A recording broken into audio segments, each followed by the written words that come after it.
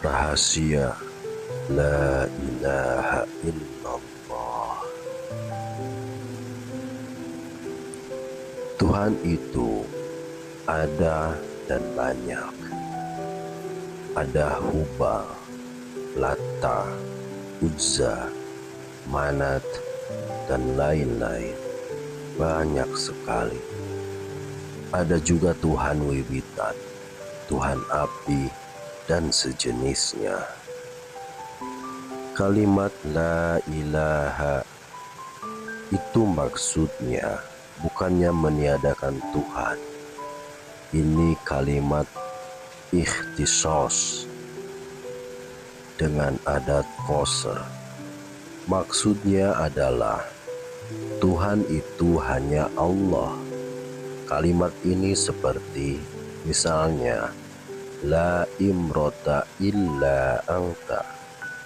Kalimat itu bukan berarti meniadakan perempuan, tetapi perempuan itu ada, banyak, tapi perempuan yang aku cintai hanya kamu.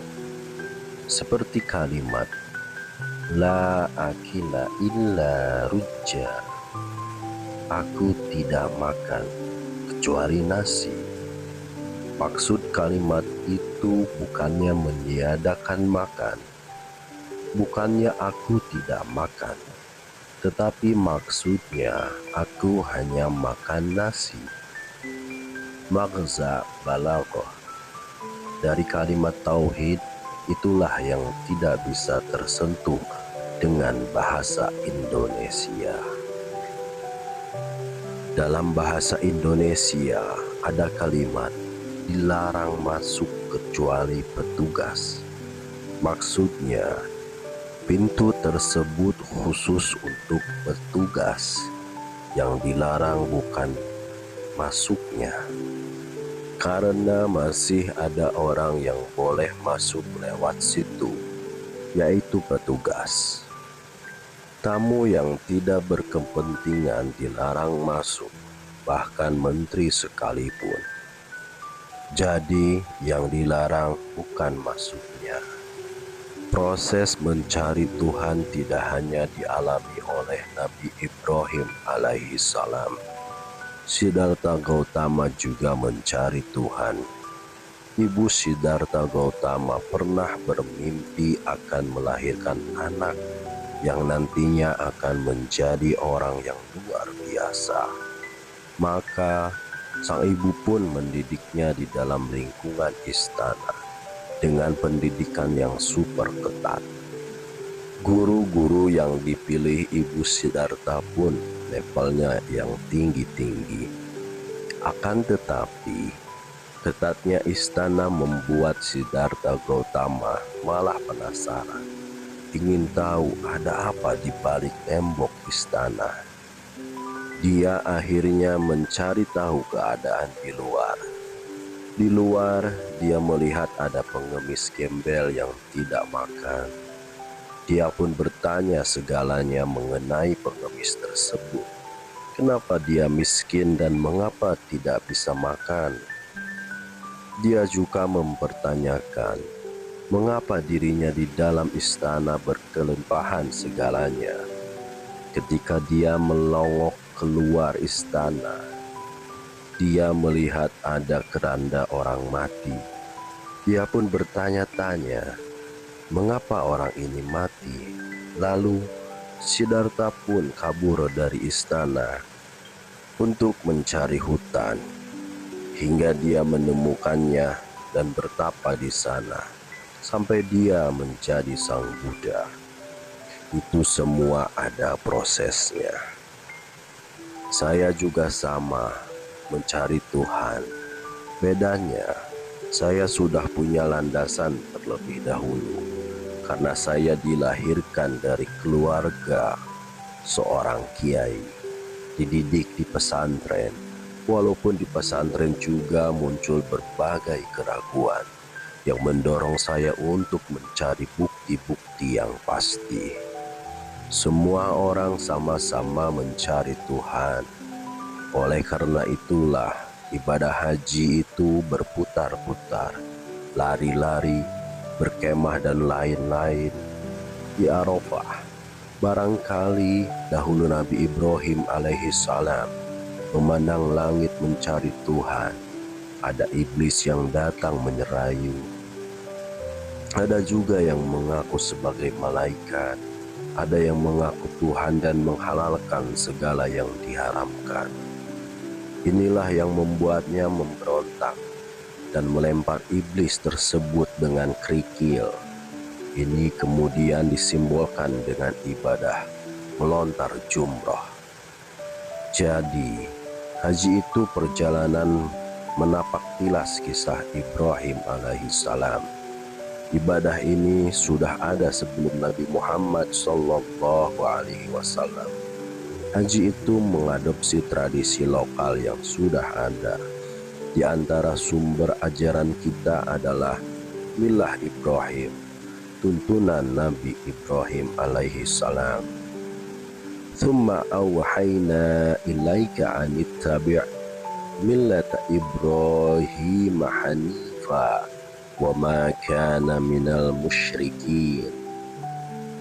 Kemudian kami wahyukan kepadamu, ikutilah agama Ibrahim yang lurus, dan dia bukanlah termasuk orang musyrik. Kata Hanifa artinya kecondongan, jamaknya Hunafa, yang artinya orang-orang yang beragama monoteisme, yang mengakui Tuhan yang Maha Esa. Namun kemudian mereka terkooptasi oleh agama penyembahan berhala. Oleh karena itu, ketika ditanya mengapa menyembah berhala, mereka menjawab, "Ma na'buduhum illa liyuqarribuna ilallahi zulfa."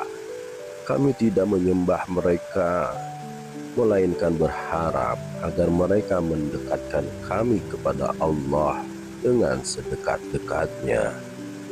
Kata mereka, kami tidak menyembah berhala, itu sebagai mediator untuk mendekatkan diri dengan Tuhan.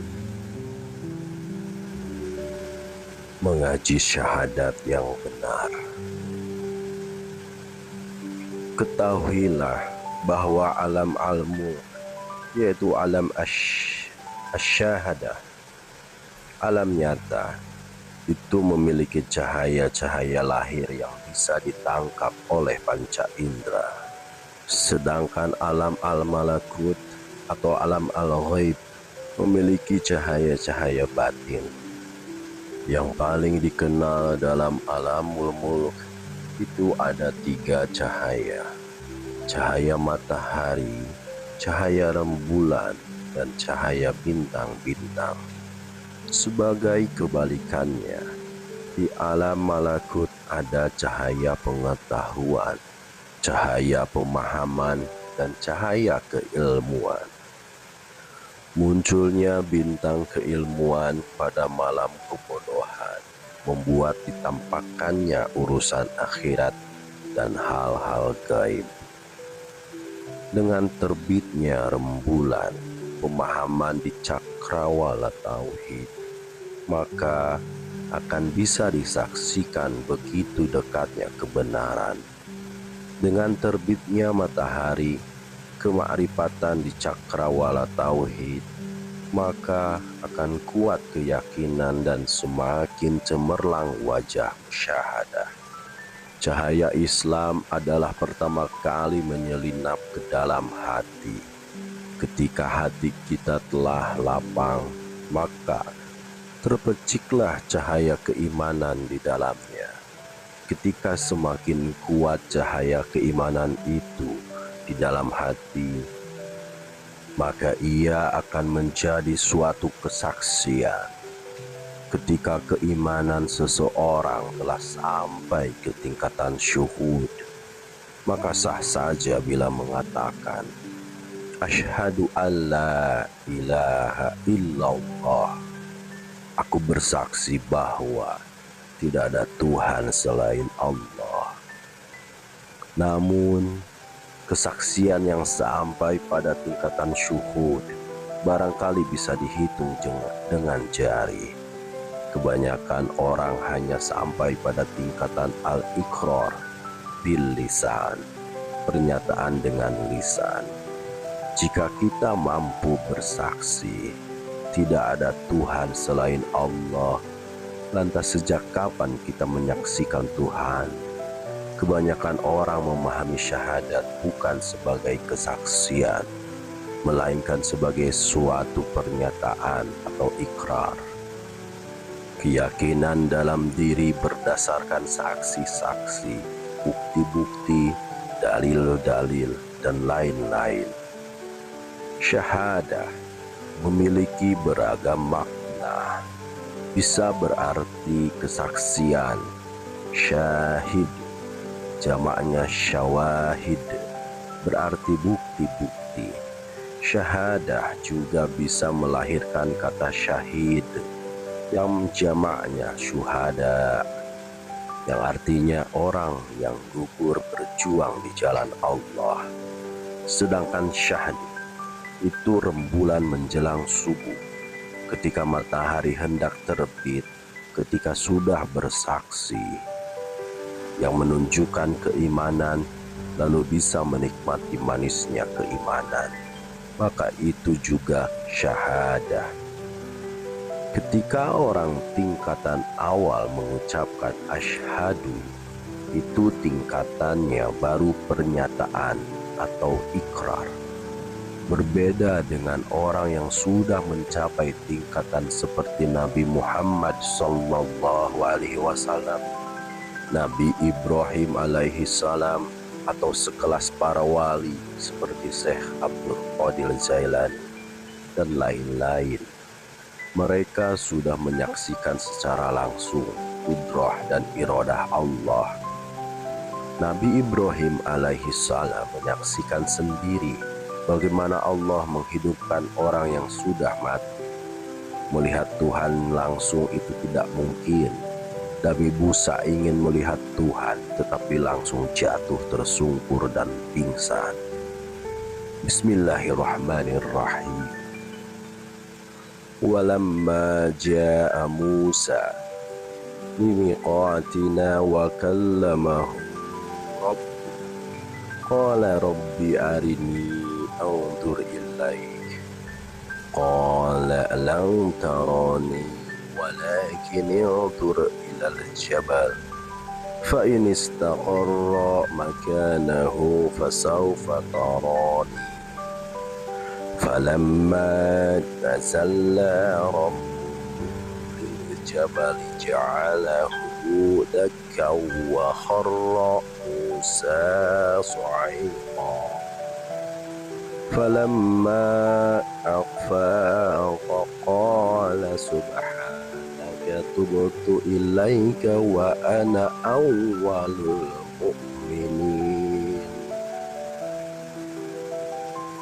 Dan ketika Musa datang untuk munajat pada waktu yang telah kami tentukan, dan Tuhan telah berfirman langsung kepadanya, Musa berkata, "Ya Tuhanku, tampakkanlah dirimu kepadaku agar aku dapat melihat Engkau." Allah berfirman, "Engkau tidak akan sanggup melihatku. Namun lihatlah ke gunung itu. Jika ia tetap di tempatnya sebagai sedia kala, niscaya engkau dapat melihatku." Maka ketika Tuhannya menampakkan keagungannya kepada gunung itu hancur luluh dan Musa pun jatuh pingsan. Setelah Musa sadar, dia berkata, "Maha suci Engkau, aku bertobat kepada Engkau, dan aku adalah orang yang pertama-tama beriman." Nabi Musa alaihi salam mendapatkan tekanan dari Fir'aun yang luar biasa ketika membela kebenaran, sehingga dia ingin bukti bahwa Allah benar-benar ada dan membantunya. Maka dari itu, Musa ingin bukti mengerti keberadaannya. Akan tetapi, baru melihat tazalli Allah saja, Nabi Musa jatuh pingsan. Nabi Musa dalam keimanan yang tingkatannya sudah tinggi saja tidak mampu melihat Allah. Sejak kapan hati kita memiliki kapasitas tinggi dalam mengenal kebenaran? Yaitu semenjak disinari cahaya keimanan dan keislaman. Tanpa kedua cahaya tersebut, kita tidak akan bisa menjalankan ritual sesuai dengan syariat secara benar dan konsisten. Jika hati belum disinari cahaya keimanan, maka kita belum bisa mengetahui kebenaran. Kita memiliki banyak peluang untuk dikalahkan. Jika kita kuat menghadapi godaan harta, datanglah godaan wanita. Jika kuat dengan godaan wanita, datang godaan tahta. Begitu seterusnya, sampai kita kalah. Bahkan terkadang ketiga godaan itu datang bersamaan untuk mengalahkan kita. Barangkali kita paham diri kita sendiri dan kelemahannya. Oleh karena itu, mari kita menghindar, jangan menghampiri atau memberikan peluang terhadap ketiga godaan tersebut. Sebab kita sendiri tidak begitu yakin bakal mampu bertahan menghadapi ketiga godaan tersebut, apalagi ketika mereka datang bersamaan. Jangan terlalu percaya diri. Yakin iman Anda sudah kuat. Pahamilah kelemahan diri sendiri. Di titik inilah kita sering lengah. Jika kita selalu mencari kelemahan musuh, kenapa kita tidak mencari kelemahan diri sendiri? Ketika kita memiliki kelemahan di harta, jangan memaksakan diri menjadi penanggung jawab keuangan umat. Sealim apapun seseorang, jika berurusan dengan uang, ia akan berbeda. Oleh sebab itu, dalam suatu organisasi selalu ada kontrol keuangan. Saling kontrol itu penting dalam manajemen modern. Jangan terlalu percaya kepada orang yang memegang uang. Kita juga sama. Jangan mau diberikan kepercayaan berlebih tanpa kontrol dalam memegang keuangan. Wa bihadza asyara ilaihil haditsul qudsi ma wasa'ani ardi wala samai walakin wasa'ani qalbu abdil mu'min. Inilah yang diisyaratkan oleh sebuah hadis qudsi. Langitku dan bumiku tidak mungkin mampu menampungku.